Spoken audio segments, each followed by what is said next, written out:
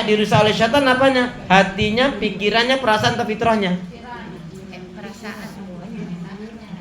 Hatinya, pikiran dan perasaannya. Ya iyalah, memang kenyataannya begitu kok. Ya kalau boleh milih semua aja nggak disalahkan, kenapa nggak milih semua? Baik, kita lanjutkan. Jadi orang yang setiap dia diberi kesenangan ya saya ulang ya. Jadi kalau kita itu satu, ubudullah wahda wala tusyriku billahi syai'a. Beribadah kepada Allah, mentauhidkannya dan tidak melakukan kesyirikan. Satu. Ya. Yang kedua, bersyukur ketika diberi kebaikan, kesenangan, dan bersabar ketika diuji dengan hal yang tidak menyenangkan. Number 3. Yang ketiga, mau meninggalnya bahagia Bu, mau meninggalnya betul-betul bahagia Bu, apa? Asyidku fi hayati wa ikhlasus shalah. Asyidku wa ikhlasus shalah. Jangan tinggalkan Ini kelihatan bukan orang Arab ya? Jangan tinggalkan sholat. Yaitu apa? Orang yang jujur dalam kehidupannya dan selalu menjaga, memperhatikan sholatnya. Jadi orang yang jujur dalam kehidupannya dan dia betul-betul menjaga sholatnya, dia akan insya Allah husnul khatimah. Amin. Bu, sekarang ini zamannya kebolak-balik. Tuntunan jadi tontonan, tontonan jadi tuntunan. Contohnya saudara kita yang mu'alaf dengan adzan, Allahu Akbar, Allahu Akbar. Saudara kita mu'alaf dengan adzan, hatinya tersentuh, terenyuh, kemudian dapat hidayah, masuk Islam. Yang sudah lama Islam dengar adzan malah kaget tuh. Sudah tahu 5-10 menit lagi azan, malah nyuci, goreng-goreng, ngopas mepet, godak-ngodok, nyetrika-nyetriki. Ya mesti sholatmu berantakan. Halo? Ada nggak yang kayak gitu? Ada. Istighfar Bun. Satu. Nah, mulai. Nih saya contohkan. Ibu misalkan dapat rezeki entah dari anak atau dari warisan uang, dapat uang setinggi ini dan semuanya merah. Misalkan. Ibu hitung enggak? Hitung kan? Enggak apa-apa, itu manusiawi. Ibu hitung, kita hitung. Teng udah sampai setengah atau lebih sedikit. Allahu Akbar, Allahu Akbar. Terusin atau berhenti? Manusiawi. Wajar lo nanggung. Nah, pertanyaan yang kedua Bu, lagi ngitung nih, terang, udah setengah atau lebih sedikit. Perutnya mules. Ibu tetap ngitung ini atau ditinggal ini? Ya. Udah sadar ya Anda ya, syukur. Berarti kita mendahulukan urusan dunia. Tapi ada lagi Bu, saking penasarannya dibawa ngitungnya tuh. Ustaz, yang dibilang sholat awal waktu jedanya sampai berapa lama Ustaz? Paling lama berapa? Paling tepat? Bagus nih pertanyaan Ustaz. Sebetulnya yang dikatakan sholat awal waktu itu sebetulnya jedanya berapa menit? Ini perbedaan kita dengan sahabat Nabi. Sahabat Nabi radhiyallahu anhum sudah jelas-jelas dijamin masuk surga. Tapi bertanyanya mengajarkan kepada kita begitu luar biasa. Ya Rasulullah, ayul amal afdol. Rasul, amal apa yang utama itu? As-sholatu ala waktiha, kata. Summa ayu, lalu apa? Birrul walidain, bakti sama orang tua. Summa ayu, al jihadu fisabilillah. Ya, ini sahabat Nabi sudah dijamin masuk surga. Tapi kalau tanya, ya Rasul, sholat itu yang tepat waktu utamanya kapan juga? Kalau kita, Ustadz, sholat itu terakhirnya kapan? Ini satu perbedaan aja lebih. Sebetulnya Ustaz, kalau habis adzan 1 jam lebih 20 masih bisa nggak Ustaz? Itu di sana loh Bu ya. Ya saya lebih cenderung menjawab intinya secepat mungkin lah usaha Bu ya. Tapi kalau sudah sampai setengah jam lebih kok kita masih merasa nyaman, aduh. Ini satu pertanyaan Bu. ketika Umar bin Khattab tentang kematian, pernah anaknya dibully karena pakai baju kaos nggak bagus. Ya namanya anak kecil ya laporan sama ayahnya. Abi, aku diajak sama teman-teman Bi. Kenapa? Aku dikatakan bajuku gak bagus. Qadarullah Umar bin Khattab tidak punya uang, Bu. Tapi beliau sebagai khalifah loh, kepala negara loh, Bu. Bilang kepada bendahara negara. Bendahara negara, ada apa ya Amirul Mukminin? Tolong pinjamin aku uang. Karena aku tidak punya uang. Nanti itu 1 pekan lagi atau 5 hari lagi gajian. Ya. Tolong aku minta di utang aku pinjam untuk belikan baju anakku.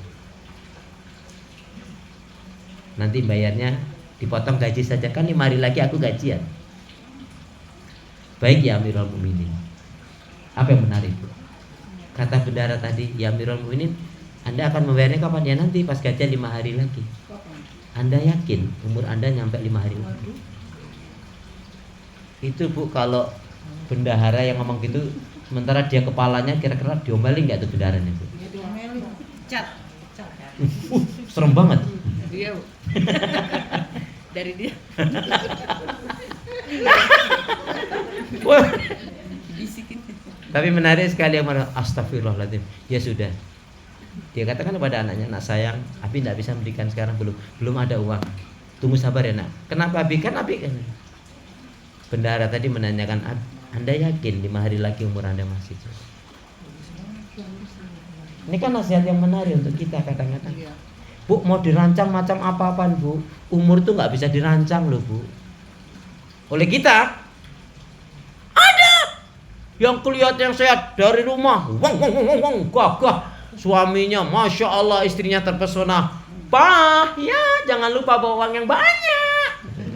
Tenang mah. Nggak taunya habis sholat asar dengar berita innalillahi. Makanya Ibu jangan sampai nyakitin suami. Nggak pernah. Setelah meninggal. Sekali. Udah 10 tahun nggak pernah. Sebelumnya parah. Astagfirullah. Mohon maaf ya, Bu ya. Walaupun kenyataannya begitu, mohon maaf. Suami boleh nyakitin istri.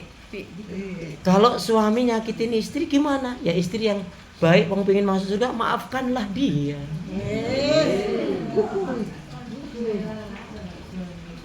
Wah, ada membela kaumnya. Baik, kita lanjutkan. Jadi mau husnul khotimah, mau matinya bahagia, dia betul-betul jaga dalam kehidupan ini kejujuran dan sholatnya. Orang yang jujur dalam kehidupannya dan dia perhatikan sholatnya, insya Allah akan nikmat hidupnya. Biasanya yang nggak jujur balik lagi. Suami atau istri? Tergantung, bisa dua-duanya Ustaz. Wih, parah banget dua-duanya. Jangan perempuan dulu apa sih ya.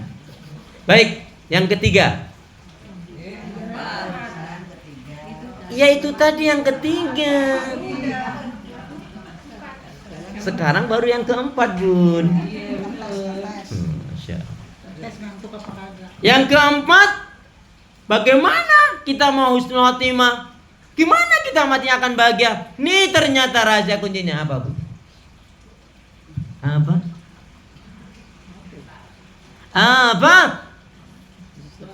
As-sughul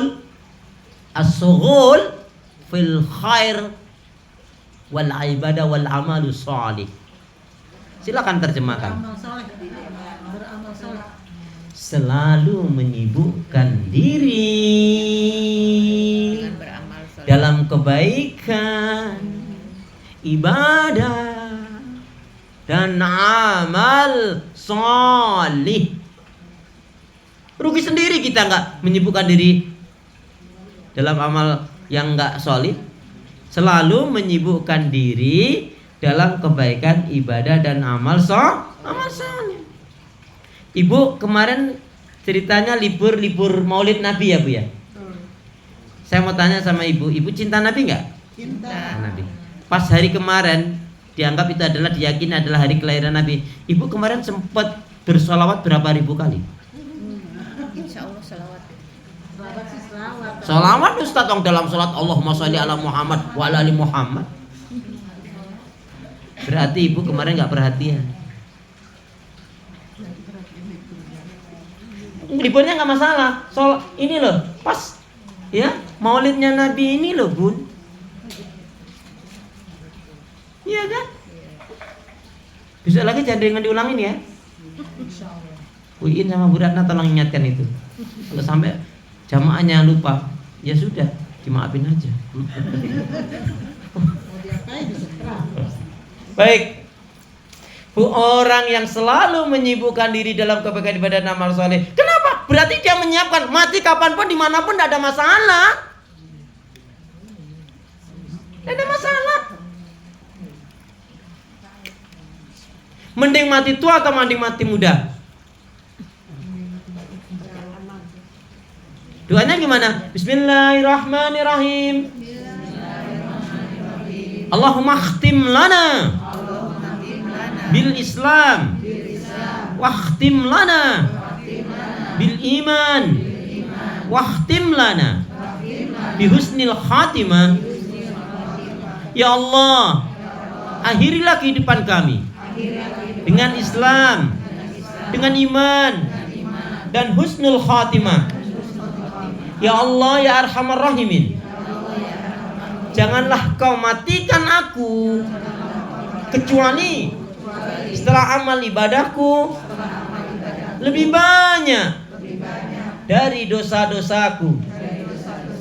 Ya Allah ya Arhamar Rahimin, jadikanlah aku hamba yang sabar, syukur, taat ibadah, istiqamah dalam kebaikan dan kebenaran, dan matikanlah dalam keadaan husnul khatimah. Amin ya rabbal. Jadi insya Allah Bu, ketika kita selalu menyibukkan diri dalam kebaikan ibadah dan amal soleh, artinya memang kita sudah siap mati di mana saja itu siap. Makanya sebelum berangkat pastikan ya kita berdoa niat yang baik. Contohnya dalam bermajelis ilmu Nabi mengatakan apa? Man kharaja fi talabil ilmi fa huwa fi sabilillah hatta yarji'a. Barang siapa yang dia keluar dari rumahnya untuk mendatangi majelis ilmu semata-mata mencari mengharapkan keridhaan Allah, fa huwa fi sabilillah, dia ada di jalan Allah. Artinya apa? Kalau dia mati baru mau berangkat di perjalanan di majelis ilmu itu atau sekembalinya dia di jalan Allah. Maksudnya husnul khatimah. Ada kisah menarik Bu. Ini ada ambil hikmahnya aja ceritanya. Ada ibu-ibu itu kalau ngajinya biasanya majelis duha itu sama, yaitu jam 9. Nah, temennya nyamperin, "Assalamualaikum." "Salam." "Udah siap belum? Aku mau sholat duha dulu ya." Biasanya ibu itu sholat duhanya di masjid. Tapi ya sudah, temennya nunggu di teras itu. Tas ibu itu ditaruh tuh. Ya ibu temannya ini ya duduk nunggu sambil baca Quran. Ibu yang Sahibul Bait ini dia sholat duha. Biasa. Kenapa? Sebelumnya temannya, "Nanti aja di masjid." "Enggak. Aku mau sholat di rumah dulu." Ya udah. Setelah 10 menit ditunggu kok dipanggil-panggil nggak ada jawaban. Jeng. Iya. Berarti masih hidup. Penasaran Bu, dia masuk ini. Nggak tanya ibu itu Bu, dalam keadaan sujud itu dia meninggal.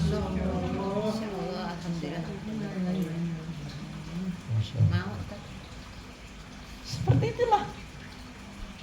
Berarti orang itu kan kematian berdasarkan punya kebiasaan tuh. Ibu itu baik banget. Kenapa Ustaz? Ibu itu meninggalnya lagi tahajud. Pingin nggak? Pingin nggak? Dan itu tidak mungkin terjadi pada ibu-ibu kalau jarang tahajud. Iya, tahajud apa sih? Lah ya, kalau jarang tahajud nggak mungkin toh pingin mati dalam pada tahajud. Kalau pas gibang rumpi ngegosip mati apa Bu? Aku yakin itu kalau lagi gibang rumpi ngegosip matinya sul khotimah. Terus yang suka ngegibah itu terusin terus gitu.